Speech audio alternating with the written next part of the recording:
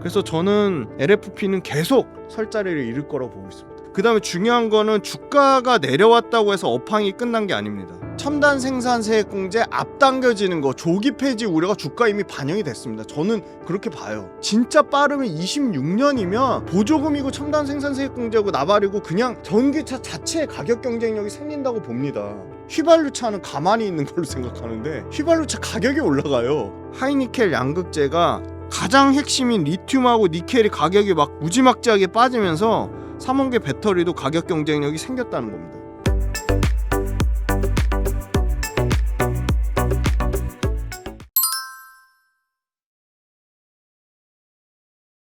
오늘은 김주윤 대표님을 모시고 주식시장에 대한 아이디어 들어보도록 하겠습니다. 대표님 안녕하세요. 안녕하세요. 대표님 2차전지 주가가 많이 내려가다 보니까 또 유상증자 설도 나오면서 좀 기업들이 이제 도산하는 거 아니냐, 2차전지 끝났다라는 이야기들이 나오고 있는데 좀 어떻게 보시는지요? 네, 2차전지 기업들이 이제 계속 이제 해외 공장도 증설해야 되고 우리나라에 이제 캐파도 또 늘려야 되는 부분도 있고 원자재 이제 자금 조달에 이제 그러니까 수직 계열화, 밸류체인이 안 된 기업들은 그 원자재 조달하는 측면에서도 비용이 들어가니까 그런 부분에서 시장에서 뭐 채권을 발행한다든지 포스코 퓨처엠처럼 뭐 유상증자를 한다든지 그런 것 때문에 재무 구조에 대한 어떤 리스크가 있는 거 아니냐 우려가 있는데 저는 이걸 재무 구조의 리스크라고 보다는 또 이렇게 말하면 너무 욕하시는 분들이 많아서 희망회로 돌리는 게 아니냐라고 얘기하실 수 있는데 포스코 퓨처엠도 그렇고 LG 에너지 솔루션도 그렇고 진짜 안타까운 거는 정부에서 아주 중요한 순간에 중국처럼 지원을 못 해줬다는 겁니다. 그러니까 지원을 못 받으니까 기업들만의 자구책으로 이렇게 어떻게 보면 유상증자도 하고 채권도 발행한 건데 저는 그거를 부정적으로 보기보다는 최근에 미국발 관세까지 겹쳐가지고 굉장히 시장의 불확실성이 더 커졌는데 그 시장의 불확실성을 타개하기 위한 처절한 몸부림이라고 보시면 될 것 같아요. 그러니까 그게 망하려고 하는 게 아니라 오히려 살기 위해서 몸부림치는 거로 보고 있고요. 그 다음에 중요한 거는 주가가 내려왔다고 해서 업황이 끝난 게 아닙니다. 그러니까 무슨 말이냐면 2차전지 업체들한테는 죽고 사는 문제이기 때문에 그 기업들이 실제 앞으로 여기서 이 구간을 버티면 남은 시장의 전체 파일을 저는 가져갈 거라고 보거든요. 최근에 주가가 더 많이 빠진 이유는 트럼프의 대규모 감세 법안 중에 가장 핵심은 이겁니다. IRA 법안 중에 LG엔솔하고 삼성 SDI하고 삼성 SDI는 사실 작년에 첨단 생산세 공제 받은 것도 없어요. 근데 올해 아마 예상되는 게 캐파 기준으로 아주 보수적으로 보는 데는 뭐 한 3천억 정도, 아주 러프하게 많이 보는 데는 캐파가 줄어들어서 한 5,700억 정도를 생산세 공제로 돈을 받는 건데 그거 못 받는 거 아니냐? 그것도 못 받는 게 아니라 그거 받는 기간이 땡겨지는 거 아니야? 짧아지는 거 아니냐? 그 우려거든요. 근데 그 우려를 어떻게 보셔야 되냐면 첨단 생산세 공제 앞당겨지는 거, 조기 폐지 우려가 주가 이미 반영이 됐습니다. 저는 그렇게 봐요. 여기서 그럼 뭐 더 얼마나 반영할 건데? 지하실 밑에 바닥으로 갔잖아요. 그런데 심지어 그거조차 나왔잖아요, 어제. 첨단 제조 생산 세액 공제 일단 유지하기로 결정. 그러니까 28년 조기 폐지 목까지 주가가 빠졌는데 실제 나온 거는요. AMPC 관련돼서 원래대로 원한 유지예요. 31년 말로 1년 앞당기는 정도 수준으로 유지인데 저는 계속 말씀드리고 싶은 게 뭐냐면 2031년이든 2028년이든요. 그 전에 저는 진짜 빠르면 26년이면 보조금이고 첨단 생산세액 공제하고 나발이고 그냥 전기차 자체의 가격 경쟁력이 생긴다고 봅니다. 그러면 전기차 자체의 가격 경쟁력이랑 휘발유차랑 선택의 폭이 넓어지면 그거는 소비자가 선택할 문제지 정부에서 세액 공제 줄 테니까 전기차 그 강제하는 문제랑 좀 다른 문제라고 봐요. 그 다음에 그렇게 우려하는 이 조기 폐지 문제도 일단 2031년으로 3년의 유예가 됐습니다. 그러면 LG엔솔이든 삼성 SDI든 SK온이든 2028년이라고 고려를 해도 28년까지 지금 3년 남았잖아요. 저는 그 3년의 기간 동안 삼성 SDI나 LG엔솔이나 SK온이 뼈를 깎는 노력으로 자구책으로 이미 지금 자본 조달을 하고 있잖아. 포스코 퓨처엠이 유증을 하고 LG엔솔은 영구 채권을 발행하고 해서 자본 조달을 했잖아요. 그 자본 조달 통해서 주가 떨어지고 주주들한테 욕은 먹었지만 자구책을 마련한 거예요. 그래서 자구책 마련한 걸로 보조금에 의존하지 않는 3년이란 시간을 번 거예요. 28년까지. 근데 보세요. 31년까지 늘어났죠. 그럼 6년이란 시간을 번 건데 6년 안에 시간 버는 기간 동안 이미 자생하고도 남는다고 봅니다. LG엔솔이든 삼성 SDI든. 그래서 이게 절대 확대 해석될 문제가 아니라고 보고요. 전부 부정적인 얘기만 나오는데 긍정적인 거 말씀드릴게요. 보세요. IRA 수정 법안 하원 통과됐죠. 상원에서 어떻게 될지 몰라요. 상원에서 반대하면 이거 최종 결정 안 날 수도 있어요. 자, 그러면 언제 최종 결정 나는데 7월 달에 트럼프가 행정명령에 서명하면 딱 결정이 나는 겁니다. 그럼 아직 7월 달까지도 아직 불확실성이 또 남아 있습니다. 자, 그런데 일단은 2031년까지 1년 앞당기는 수준으로 아주 기준이 좋아진 거예요. 무슨 조기 폐지 28년 조기 폐지 되는 거 안 한다고 얘기를 했는데 어제 얘기한 거예요. 그다음에 이 IRA 감축법 수정 법안에서 강력한 PFE가 추가됐습니다. 이거 없던 거거든요. 기존에 뭐였냐면 FEOC였어요. 바로 해외 우려 기간. 해외 우려 기간보다 훨씬 더 제한적인 범위예요. 무슨 말이냐면 FEOC는 중국 등 특정 국가의 정부, 단체, 개인 지분의 25% 이상 포함된 기업이었다면 PFE는 그냥 포괄적으로 정부의 실질적 지배력을 기준으로 금지 대상을 지정한 거예요. 그러니까 결론적으로 얘기하면 FEOC보다 훨씬 더 강력한 규제가 추가된 겁니다. 그럼 그 말은 무슨 말이냐? 당장 국내 배터리 소재 업계는 IRA 수정 법안이 북미 시장 내에서 오히려 입지를 강화할 수 있다고 전망하고 있어요. 왜? AMPC 수령도 예전보다 훨씬 적극적으로 연기됐고, 그 다음에 아까 FEOC보다 훨씬 더 강력한 중국에 대한 제재 법안이 이 PFE, 외국 법인을 중국을 포함해서 실질적으로 중국 정부의 실질적인 지배력에 해당되는 기업은 전부 포함한다는 거예요. 굉장히 강력해졌죠. 그래서 미국 내 배터리사 세액공제 혜택을 받는 한국산 소재 업체들과 셀업체들이 시간을 벌었다는 거고요. 시간도 우리가 3년밖에 못 벌 줄 알고 엄청 우려했는데 3년이 아니라 6년으로 기간이 다시 여유분이 생겼다는 겁니다. 그 다음에 이 PFE 법안 때문에 중국에 대한 규제가 더 강화될 것으로 보고 있기 때문에 당장 이게 상원을 통과해서 아까 7월 1일부로 트럼프가 사인을 할 경우에는 국내 배터리 소재 업체 중에 AMPC 수령을 위해서 적극적으로 비중국산 소재를 조달할 수밖에 없다. 그러면 이거는 우리나라 업체만 해당되는 게 아니라 당장 파나소닉도 해당이 됩니다. 파나소닉 같은 경우도 일본산 음극재를 쓰는 경우에서 철폐해서 지금 파나소닉이 어디 거 음극재를 또 중국산을 쓰냐면요. 중국의 탑티어입니다. BTR이나 샹샹이란 음극재를 쓰는데 그게 대주전자재로 포스코 퓨처엠으로 바뀔 가능성이 있습니다. 왜냐? 또 재미난 게 테슬라가 일본의 파나소닉 보고 야 너네 빨리 캔자스 공장 증설해. 왜 증설 안 해? 그랬더니 증설할게요 했는데 저희 양극재를 스미토모 화학에서 조달을 하는데 스미토모 화학이 캐파를 증설 못한다고 합니다. 그래서 그럼 그건 네 사정이고 너네가 알아서 조달해 증설해. 그랬더니 바로 파나소닉이 국내 양극재 업체 LG화학, 포스코퓨처엠, LNF 이 세 군데 업체랑 바로 다이렉트로 LG엔솔 끼지 않고 협의를 맺고 있다고 합니다. 그래서 일본의 파나소닉 물량도 실질적으로 넘어올 가능성이 있어 보이고, 자, 요거는 아주 우려가 깊었던 24년도 3원계입니다. 그런데 요거 조금 더 세분화할 필요는 있어요. 왜냐하면 여기는 중국 시장이 포함되어 있습니다. 여기 보면은 롱바이가 1등이에요. 그리고 에코프로가 6등으로 떨어졌어요. 에코프로가 원래 3, 4위권이었습니다. 중국 포함해도. 그런데 에코프로가 많이 밀렸죠. 그 다음에 포스코퓨처엠이 8등입니다. 포스코퓨처엠도 6등, 7등권이었는데 8등으로 밀렸어요. 그 다음에 LNF가 요 밑에 있죠. 12위권. 자, 그런데 여기서 롱바이는 어디랑 지금 특허 소송 중이죠? LG화학이랑 특허 소송 중입니다. 그 다음에 요 XTC랑 레신 여기가 미국발 들어가는 거, 유럽발 들어가는 거에 일부 제동이 걸릴 수 있다. 3원계 중에 탑티어니까. 요 밑에 단에는 물량이 딸립니다. 그 말은 무슨 말이냐면 공장 캐파를 적극적으로 요게 바로 스미토모 메탈망이 스미토모 화학입니다. 일본. 요게 11위권인데 요게 지금 증설을 못 해가지고 파나소닉이 국내 양극재 업체한테 그걸 매겼잖아요. 그래서 무슨 말이냐면 아마 더 빠르게 생각보다 더 빠르게 요 최상위권 롱바이를 포함해서 레신이나 XTC 요 점유율을 에코프로나 포스코 퓨처엠이나 LNF 쪽에서 미국 쪽에서도 중국산 양극재를 쓰는 게 있으니까 대표적으로 테슬라가 중국산 양극재 씁니다. 그러니까 그런 부분이 교체 수요가 전 분명히 있을 거라고 보고요.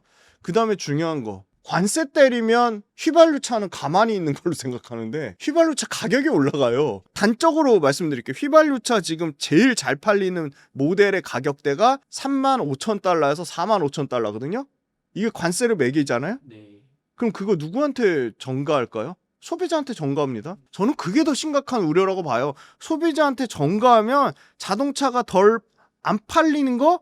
그러면 미국 소비자가 직접적으로 타격을 입잖아요. 그걸 트럼프가 모를까요? 그래서 결론적으로는 이 관세 때문에 미국의 휘발유차의 45,000달러 미만의 가격이 20% 이상 가격이 올라간다고요. 이 IC가 바로 휘발유차를 말하는 겁니다. 내연기관차. 그럼 휘발유차만 올라갈까요?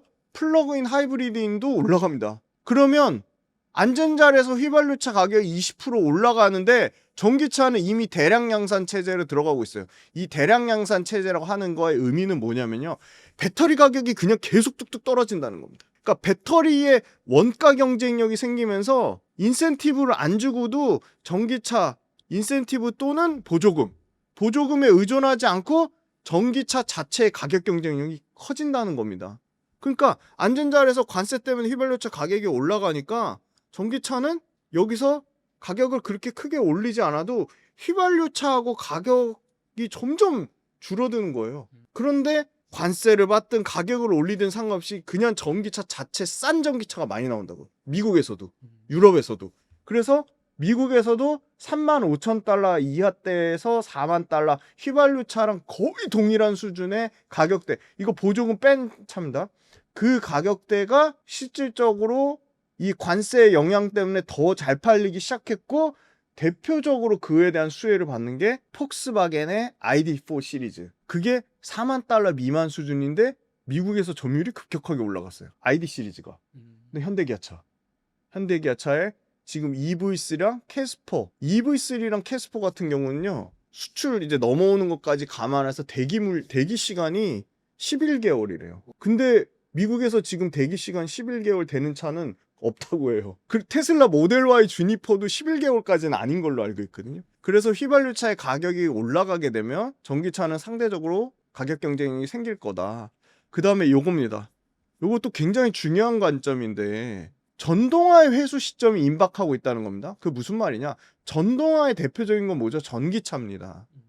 전동화의 전기차가 ROE 내 돈 투자한 거 대비 이익률이 정상화로 돌아오고 있다는 거예요. 그 가장 핵심은 배터리 원가 혁신입니다. 배터리 원가 혁신이 이루어지면서 전동화의 ROE가 정상화 국면에 있다는 거예요. 그러니까 전기차 자체가 가격 경쟁력이 생기는 거 플러스 전기차 자체의 기업들이 점점 이익을 내기 시작한다는 얘기입니다. 이미 현대기아차는 이미 전기차로 돈을 벌고 있는데 포드니 GM이니 테슬라는 이미 돈을 벌고 있죠. 포드, GM, 폭스바겐, 스텔란티스, 르노 전부 적자라고 하는데 그런 기업들조차도 전동화 회수 시점이 임박했다. 전기차 업체들이 배터리의 원가 혁신 때문에 돈을 벌기 시작했다는 겁니다. 심플하잖아요. 그 다음에 또 재미난 거. GM이나 포드나 도요타의 최상위 전기차 공급망 포지셔닝이 상대적으로 떨어지고 있다. 재조정되고 있다. 그러면 그 밑단의 하위에 현대기아, 스텔란티스, 폭스바겐이 점점 치고 올라온다는 겁니다. 왜냐하면 중저가 전기차가 잘 팔리면서 중저가 포지셔닝의 단단한 고객 충성도, 로열티를 높이면서 그리고 현대기아차 같은 경우는 보조금에 전부 제외됐던 모델입니다. 아이오닉 5랑 아이오닉 9이 IRA 보조금 지급이 올해 추가됐습니다. 그래서 생산을 확대하고 있고 현대기아차는 미국에서 부품 공급망을 현재화 가속하고 있습니다. 그래서 지금 시장에서 예상하는 거는 현대기아차 팔 때 인센티브를 3,000달러나 준다고 합니다. 어마어마하게 인센티브를 많이 주는 거죠. 인센티브를 이렇게 많이 주면서 많이 팔았던 건데 장기적으로는 이게 반토막 난대요. 1,500달러. 그럼 무슨 말이냐? 미국 내에서 현대차와 기아차의 전기차 사업이 가파르게 이익을 확장하면서 휘발유차까지 인센티브를 덜 줘도 되는 전체적인 영업 레버리지 효과가 생긴다는 겁니다. 그래서 전기차와 휘발유차의 가격 페리티 구간, 신재생에너지와 화석연료에너지의 그리드 페리티처럼 전기차의 가격 페리티 구간이 정말 멀지 않았다. 1년 안에 올 것으로 본다. 그리고 트럼프 관세 정책 때문에 오히려 극소수의 메이커만 미국 전기차 시장을 다 먹을 건데 그 미국 전기차 시장에 극소수 먹는데 현대기아차가 들어가면 현대기아차도 점진적으로 중국산 음극재, 중국산 양극재, 또 심지어 뭐 일부 CATL 배터리 쓰는 모델들을 다 철퇴를 가할 것이다. 그러면 여기서도 좀 기회가 있지 않을까. 그렇게 보고 전기차 대당 적용되는 배터리가 80kWh라고 보면 400GW입니다. 400GW 정도 연에 1년에 이제 소요된다고 보면 지금 AI 데이터 센터에 들어가는 렉 시스템 이거는 최소 요구 전력이 100kW입니다. 그럼 AI 데이터 센터에 들어가는 렉 시스템에 들어가는데 반드시 필요한 게 바로 UPS라고 많이 들어보셨을 거예요.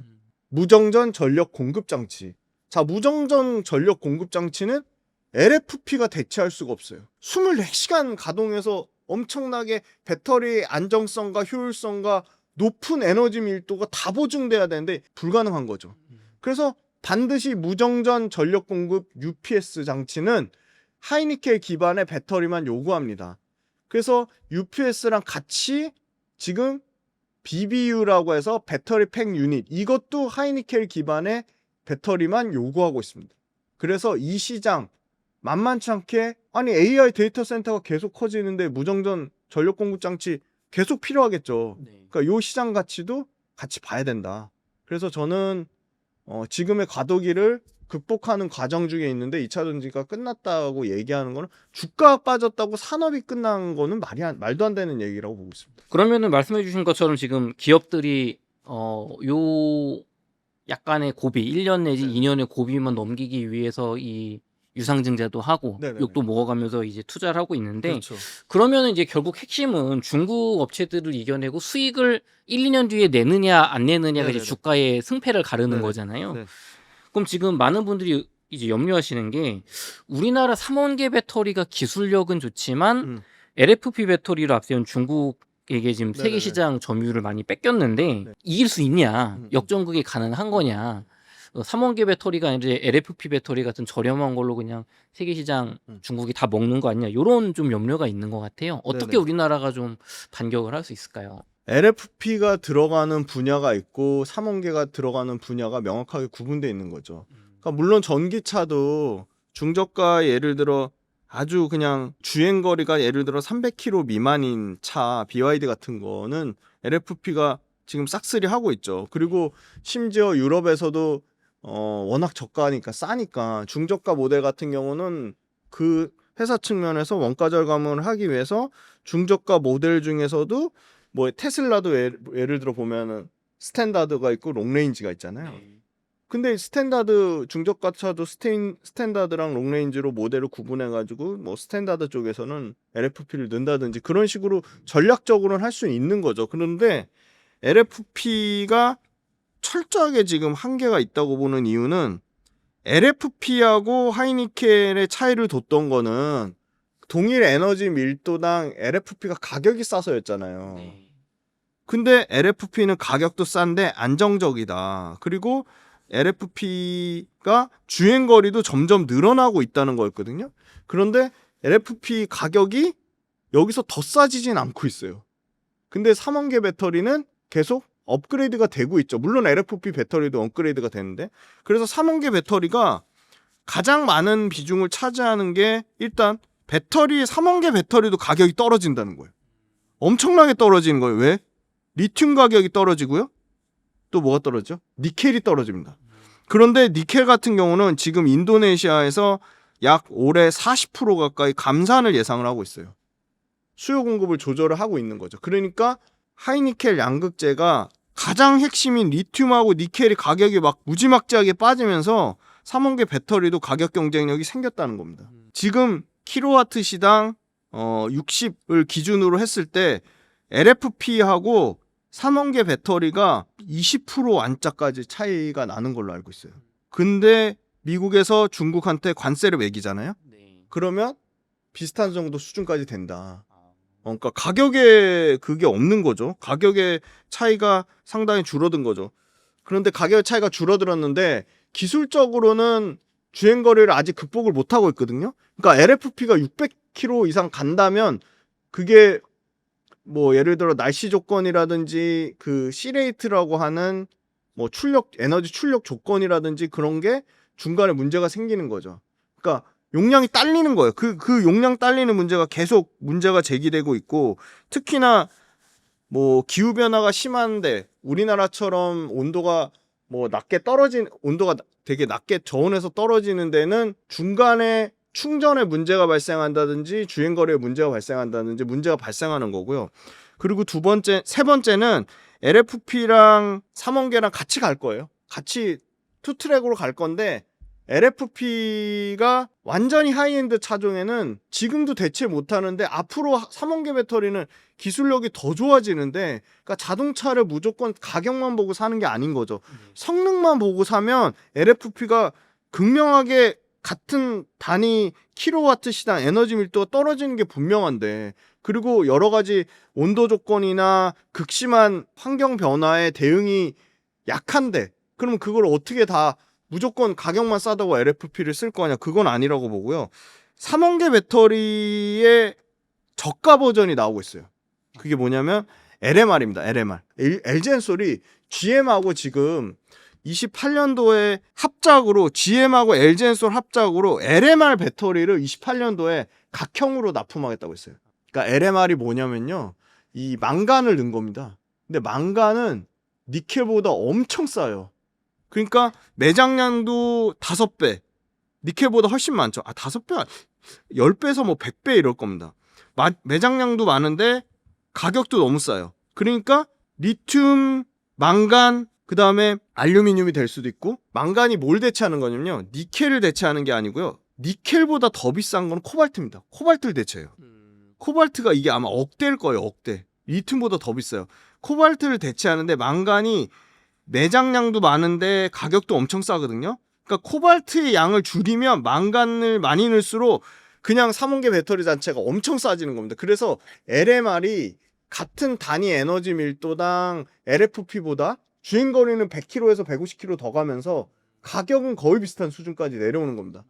그러니까 완전히 하이니켈 삼원계 니켈의 비중이 90%까지 가는 거를 안 쓰더라도 그 바로 밑단계 수준은 전부 LMR로 대체될 것 같아요. 왜냐면 LFP보다 에너지 밀도도 높고 가격은 비슷한데 여러 가지 온도 조건이 나쁠 때, 온도가 극심하게 낮거나 그런 여러 가지, 그러니까 정말 뭐 따뜻한 나라에서 그냥 너무 쉽게 달릴 수 있는 그런 조건이 아니라 하드한 조건에서도 LMR은 거의 하이니켈 양극재와 동일한 수준의 그 에너지 밀도랑 에너지 출력을 나타내기 때문에, 여기에는 충전 포함입니다. 충전 성능까지.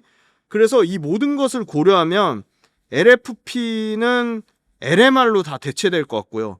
LFP, LMR, 삼원계로 양분될 건데 어떤 차종에 따라 달라질 것 같고요. 다만 LFP는 그냥 에너지 밀도 상관없이 그냥 돌릴 수만 있으면 돼. 구동만 시킬 수 있으면 돼. 그 필요한 부분이 ESS 에너지 저장 장치이기 때문에 ESS 쪽에는 전부 뭐 LFP 배터리를 지금 쓰고 있어요. 그런데 ESS에서도 요새 재미난 변화가 생기는 게 뭐냐면, 대규모 AI 연산, 추론, 훈련용이 필요한 고밀도 배터리로 ESS를 좀 대체했으면 좋겠다.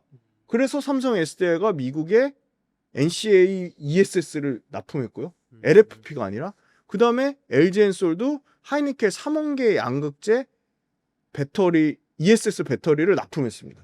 그러니까 ESS 시장에서도 대규모 AI 고밀도 고추론 훈련을 위한 ESS 쪽에서도 조금 배터리 업그레이드가 필요하다. 그런 고객사의 어떤 다양한 요구가 나오고 있어서 마치 모든 ESS 시장을 뭐 100%를 LFP로 대체한다. 그 시장도 조금 양분될 것 같다. 그래서 오히려 LG 엔솔이 지금 야, LFP 25년도 말이나 26년 초에 양산하는 거 너무 늦지 않았냐 했는데 전혀 그런 것 같진 않아요. 지금 LFP 시장은 점점 줄어드는, 아니면 LMR이나 아까 말씀드린 3원계 배터리가 가격이 낮아지면서 좀 대체되는 부분, 그 다음에 LMR이 이제 폭증하면서 대체되는 부분, 물론 거기에는 1년에서 2년 정도 시간은 걸리겠지만, 심지어 ESS는 전부 LFP 쓰는 줄 알았는데 거기서도 대체되는 부분. 그래서 결론적으로는 LFP가 갖고 있는 가격 경쟁력이라는 유일한 장점, 그거 하나로 버티기가 쉽지 않겠다. 그리고 미국과 유럽에서 중저가 차종에조차도 현대차가 증명했습니다. 인도네시아 공장을 통해서 3원계 배터리를 엄청나게 싸게 양산을 했습니다.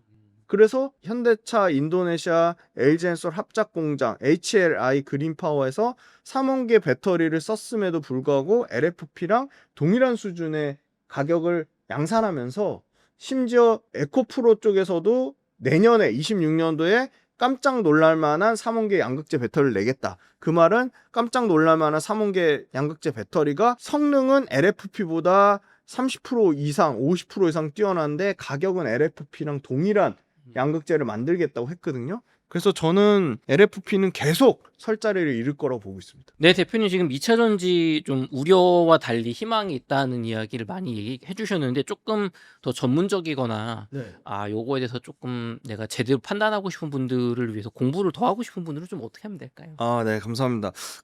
저는 이제 구독 모델을 하고 있거든요. 그래서 구독 모델을 통해서 매일매일 시황하고 산업, 기업, 그리고 매주 그 주에 특징 있었던 산업 중에 제가 엄선해서 최소 2개에서 최대 3개 이상의 산업과 관련 기업들 밸류체인들을 쫙 정리해가지고 그 유료 구독 모델로 매일매일 시황, 산업, 기업을 점검해드리고 매주 그 주에 있었던 거를 또 일괄적으로 영상으로 정리해드리니까 구독 모델 보시면 바로바로 그때그때 시황 대응하실 수 있고, 저하고 같이 이제 재밌게 투자 아이디어도 얻고 공부도 하고 또 오프라인에서 또 만나기도 하고요. 온라인으로 제가 또 라이브도 하니까 빌리언스 캠퍼스라고 아마 댓글 달아주실 거예요, 이사님이. 그러면 거기도 많은 관심 부탁드리겠습니다. 네.